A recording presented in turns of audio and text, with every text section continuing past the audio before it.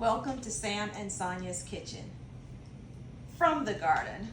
I am going to demonstrate exactly what I did with our celery once I finished harvesting.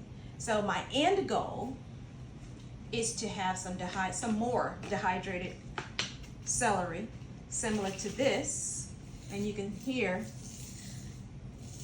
it's pretty dry from me dehydrating it.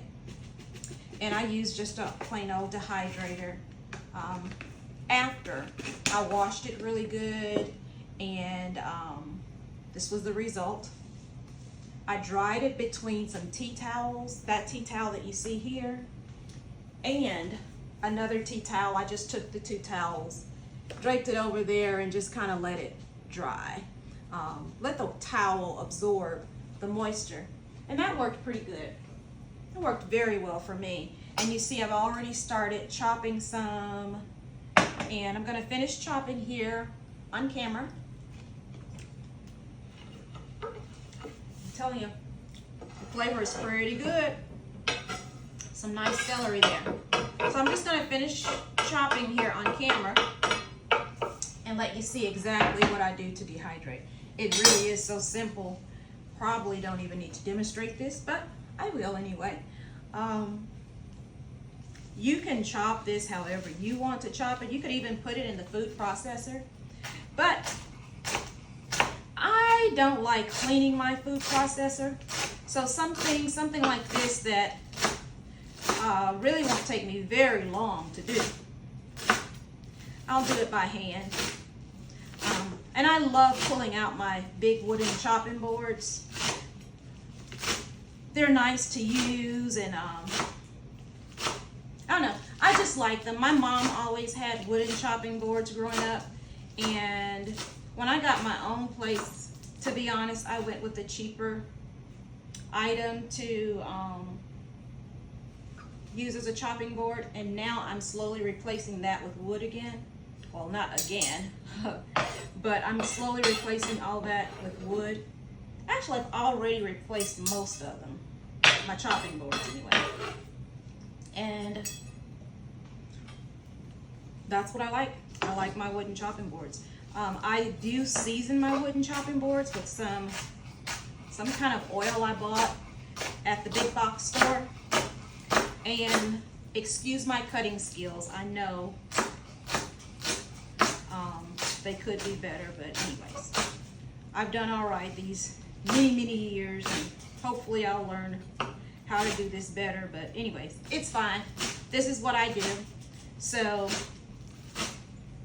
I just chop up the celery roughly. I don't want it like pulverized yet, because I've learned with herbs, the larger you leave the pieces that you're going to dehydrate or work with like this, the more nutrition you preserve in the leaves or in the stalk or whatever you're preserving.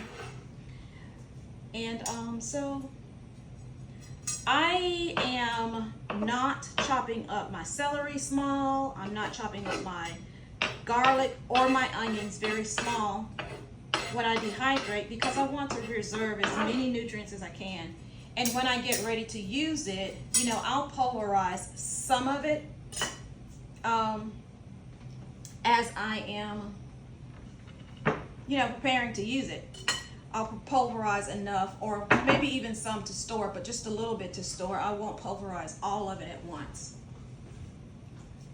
All right, so now, after I've gotten it all chopped up, I've got my dehydrator here, the trays and everything, and you'll see this is the tray, and I've got a silicone mat in it. I don't know how I feel about the silicone mats, but I do know that I cannot put that celery in this because it'll just fall right through.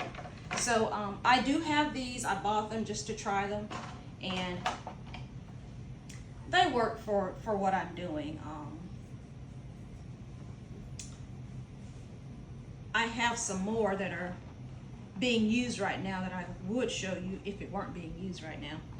That they're hard plastic, and I like them a lot better It's easier to remove the food from them and everything. These, sometimes the food sticks to it a little bit. I know it's a silicone slip mat, but still, I don't know. It's easier to just dump the dehydrated foods off the hard plastic rather than this. Oh, here's a hard plastic one. This is not the hard plastic one yes it is. It's the one I prefer. It's kind of flexible, which I think the more flexible the plastic is, the more it can leach into your food. I don't know. I've heard that. I missed something or something. Well, anyways,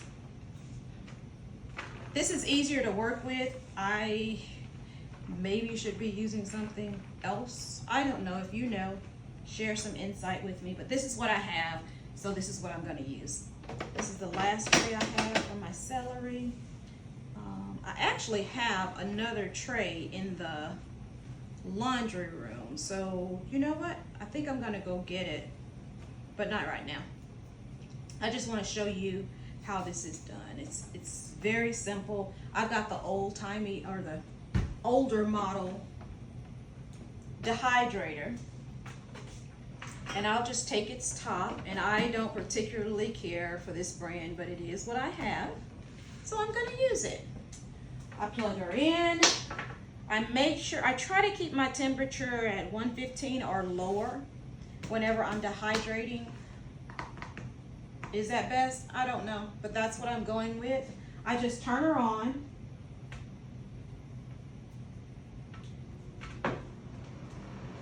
Can you hear her? I'm gonna turn her off and turn it back on to make sure you can hear it.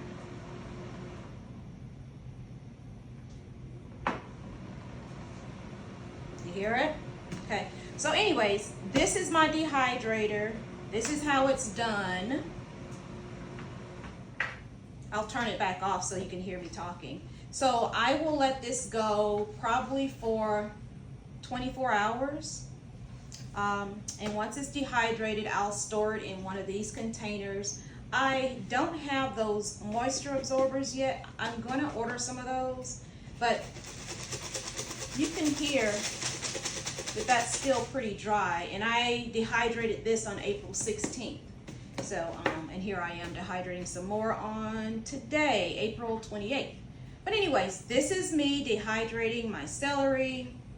Give it a try, see what you think. I guess next I'll be sharing with you, I won't make a commitment, but I'd like to share some more information with you about my celery journey. I'm enjoying this, especially since this is my first time growing celery or having my own fresh celery. So this is exciting to me to be able to share it with you.